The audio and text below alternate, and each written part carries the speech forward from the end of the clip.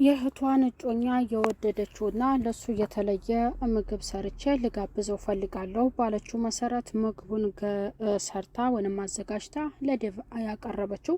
ምግቡ እንዴት ነው ይጣፍጣል ወይ? የሰራሁት እኔ ነው ብላ ለዴቭ ነገረችው። ወላጅ እናቷ በጣም ተገርሟል። አንቺ ልጅ ስራውን ጥለሽ ከሱ ጋር ምንድነው እንደዚህ ሰሞኑን እየተቅለሰለስሽ ነው? ገብተሽ ስራሽን እንድትሰሪ ብለው አስጠንቀቀዋታል። ብርሃንም በዚያም ደግሞ ተከትለው ልሸኘው ፈልጋለሁ ብላ ወደ ውጪ ድረስ ተከትለው ሄዳለች። አደይ እህቷ የሷን እጮኛ እንደምትወደው ከሄለን ስትሰማ በጣም ተገርማ ተናዳለች። እንዴት እውነቱንስ አንቺ እስከዛሬ ለምን አልተናገርሽም? ብላ ደግሞ የገዛ ጓደኛዋ ሊሊ ነግራታለች። እኔ ክላስሽ ድረስ የመጣሁት በወድሽና ባፈቅርሽ ነው። እንዴት በዚህ ልክ ታመነጫጭኛለሽ? አላት ሮማንን አሸናፊ። እዚህ የመጣ ነው ሁለታችንም ስራ ለመስራት ነው እንጂ ለሌላ አይደለም። እንዴት በዚህ መልክ አንተስ ክላስ ድረስ ትመጣለህ? አለችው። ቆይ ማናንችን ብዬ ስለመጣሁ ክላስሽ ስለገባሁኝና እንዲሁም ደግሞ ፈርሃሹን ላይ ስለወጣሁ ስለረገጥኩ ነው እንደዚህ የምታደርገው ስለተቀመጥኩ ነው ወይ ብሏታል። በዛም በጣም ተናዳ መለሰችለት ምላሽም ይቅርታ ጠይቀዋለች። የፍቅር አፍቃሪ የቤዛ ወንድም ፍቅርን ወዷት ሰፈሯ ድረስ በመሄድ የፍቅርን ቤት እንድታሳዩኝ አለ። ኪንጎ የሰራኸውን ስራ ረስተኸው ነው ወይ? እኔ አንተን የት እንዳለች እሷ የማሳያት ምንስ ልታደርጋት ነው? እኔ እብድ መሰልኩ ሆይ ብሎ ቤቱን ላለማሳየት ወስኗል። ወይዘሮ እታለም እዚህ ሰፈር የፍቅርን ቤት እንድታሳዩኝ ሲል እሷም ለአጋጣሚ ታገኘውና ምን ችግር አለ አሳይሃለሁ ስትል ለዛ ለወንዱ ልጅ አሳይተው ወደ እነ ፍቅር ቤት እያመራው በጠበቃው ደግሞ እሱ አመነጫጭቆት እንዴት ብትደፍር ነው እዚህ ቤት ድረስ የመጣኸው ብሎ ጠበቃው አሸናፊ ያንን ልጅ ኪንጎን ያገተውን ደብድቦታል። ዴቭ ለአደይ ስልክ ደውሎላታል። አደይ በጣም ተጨንቃ እኔ ነበርኩኝ ጉዳዩን መጀመሪያ መጨረስ ያለብኝ ዴቭ ካልሆነ በሰላም ተመለስ ቆየህ እኮ ብላ ነግሯል። ሰላም ጤና ይስጥልኝ ውድ የተከበራችሁ የቻናሌ ተከታዮች ቤተሰብ በሙሉ በያላችሁበት ሰላማችሁ ብዛ። ለቻናሉ አዲስ የሆናችሁ ሰብስክራይብ በማድረግ ቤተሰብ ሆኑ። እንዲሁም ቪዲዮውን ላይክ እና ሼር እያደረጋችሁ እስከ መጨረሻው እንድትከታተሉት እላለሁ። ሰራተኛዋ አደይ ክፍል 156 ተንኮለኛዋ ፍቅር ሮማንና ጥበቃ አሸናፊ ክላስ እንደሆኑ ድንገት ደርሳ ለእናቷ አንቺ እማዬ ምንድነው ነገሩ? አሸናፊና ሮማን ክላስ ምን እያደረጉ ነው ብላት ወይዘሮ ታለምም ድንገት ተናዳ ስትገባ ሁለቱም ተቀምጧል። ሰራተኛዋ ክላስ ጥበቃው አሸናፊም በጣም ተርበተበተ። ወድቃ እግሯን ላሻት መጥቼ ነው አላት። እሷም ደነገጠና በቃ ከባሰብሽ ተነሽና እንሄድ ብላ ስትላትም እሷ ደግሞ አዎ ወድቄ ነው እንጂ ለምንም ሳይሆን ለግሬ ላሸኝ ነው የመጣው ስትል ወይዘሮ ታለም ድንጋጤዋን አቋርጣለች። ተንኮለኛዋ ፍቅር ግን እንዴት ደፋር ብትሆኒ ነው በዚህ ልክ ምክንያት ፈጥረሽ እናቴን የምታታልሊያት አለች።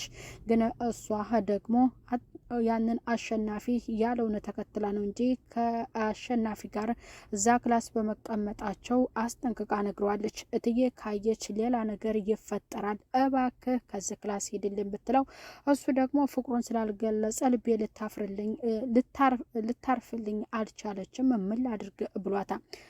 እኔ እንዴት እንደዚህ ታደርጊኛለሽ?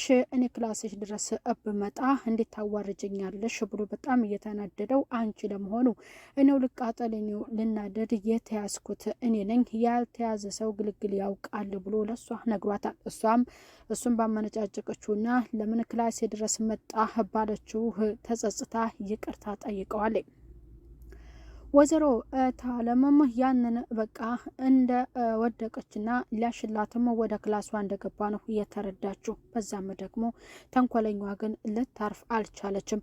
ሄለን በተቀመጠችበትም ድንገት ደግሞ ፍቅረኛዋ አበበ ታጥቦ ፎጣውን ገለውንና ጸጉሩን ለማድረግ ፍለፊት ሲመጣባት ፊቷን በእጆቿ ለመሸፈን ሞክራ እባክህ እንዴ እንደዚህ አይነት ነገር ጥሩ አይደለም ብላ ለብሰህ ነው እያለችው ልታፍሪኝ ባልሆነ ለምንድነው እንደዚህ የምትሆኑ ሄለን ብሎ ነግሯታል። እሱም ደግሞ ይውጣላት ብሎ ግንባሯን ሲስማት አደይ ድንገት ደረሳለች።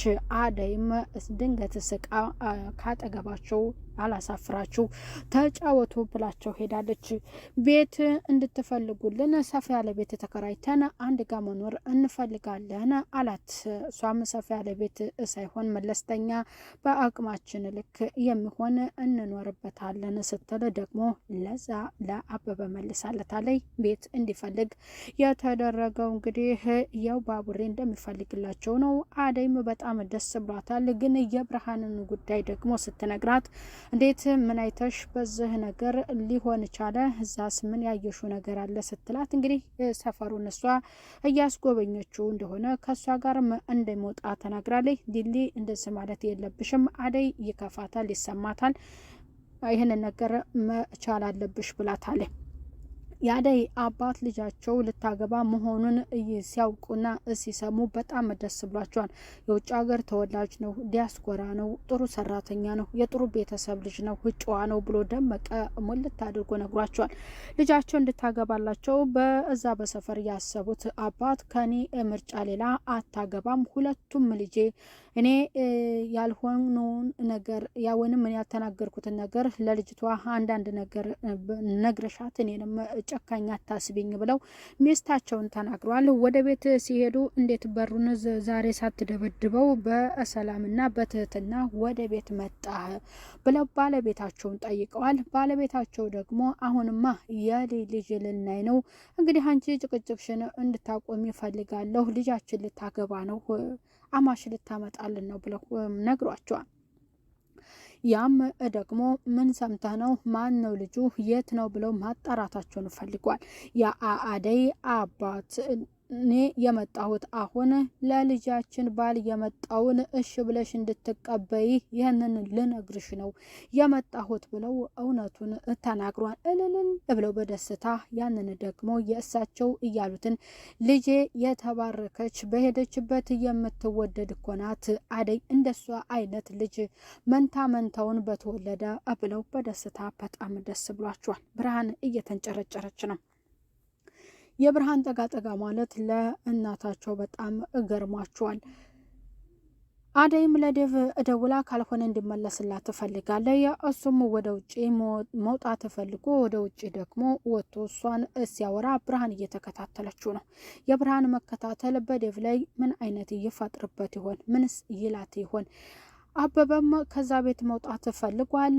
ብርሃንም እንዲሁም ደግሞ ከብርሃን ጋር ዴቭ ያለውን ግንኙነት እንዳትናገሪ ለጊዜው እባክሽ፣ እንዴት እንደዚህ በዚህ ልክ ልትቀራረብ ቻለች ብላ ሄለን ስትነግራት ሊልዬ በጣም ተናዳለች። አደይ እንግዲህ ያላት አማራጭ እናትና አባቷ ተፈቀዱላት። የብርሃን በመካከላቸው ገብታ ሌላ ነገር ለመፍጠር ያሰበችው የአደይ ጓደኛ መሆኗን አላወቀችም። እዛ ቤት እንግዲህ ባርኮቴ ሊወዳት ይችላል፣ ዴቭ ደግሞ እሱ ጥሩ ነው ብላ ከሱ ጋር ጠጋ ለማለት እፈልጋለሁ። አለልኝና ጫንዬ ሁለቱም ተገናኝተው አይወልህ እንደዚህ የተናገርከውን ነገር አንድ ነገር እንዳታደርግ በሰውየው ላይ እንድትጠነቀቅ እፈልጋለሁ ብሎ ለጫንዬ ነገረው። እኔ እኮ ሰራተኛው ነኝ፣ እሱ ደግሞ ጌታዬ ነው፣ እንዴት እንደ አይነት አስተሳሰብ አስባለሁ አለ። እዛፍ ስር ዟ ብሎ ተኝቶ መቼም እንደዚህ ተኝተህ ፈጣሪን የምትለምነው ጥሩ ሚስት ስጠኝ ብለህ ነው ሲል ደግሞ ደመቀ ነገረው። ይችን ቆንጅዬ ልጅ ደግሞ እሷ ማናት አለው። አያት ሚስቴ ናታ ሲል ነገረው። እሱም ደግሞ አያለመታደሌ እኔ ነኝ ያልታደልኩት እያለ ፈጣሩን እያማረረ ነው። አለልኝ ጫንዬም ከአደይ አባት ጋር ምንም አይነት ጸብ እንዳይፈጥር አስጠንቅቆት ሄዷል። ባቡሬና ኪንጎ ሁለቱም ተገናኝተው ቅምጥልን አንድ ነገር ብታደርጋት ወይንም እንዳትጎዳት ብሎ አስጠንቅቆ ነግሮታል። እኔ ቆይ አንድ ጥያቄ ልጠይቅ ፈልጋለሁ። ግዛልኝ እየተባልኩት አበባ ለማን ነው የተሰጠችው? እውነቱን ማወቅ ፈልጋለሁ ሲል ለቅምጥል ነግሯታል። ቅምጥልም እንግዲህ እውነቱን ካልተናገርክ ያቺ አበባ ለማን ልትሰጥ ትችላለች? ለሊሊ ነዋ አለች። አንቺ የምን ማውጣጣት ነው? ስርዓትሽን እንድትይዥ ሲል ለእህቱ ነግሯታል።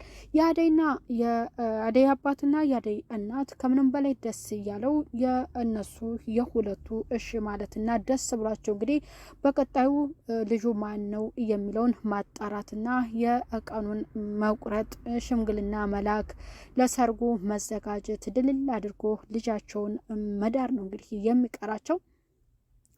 ብርሃን በዛ ላይ ደግሞ እህቴ ልታገባ ነው አላችሁን? ድብቅ ናት ሆናለች። እንዴት ከኔ ትደብቀኛለች ስትል ለእናቷ ተናግራለች።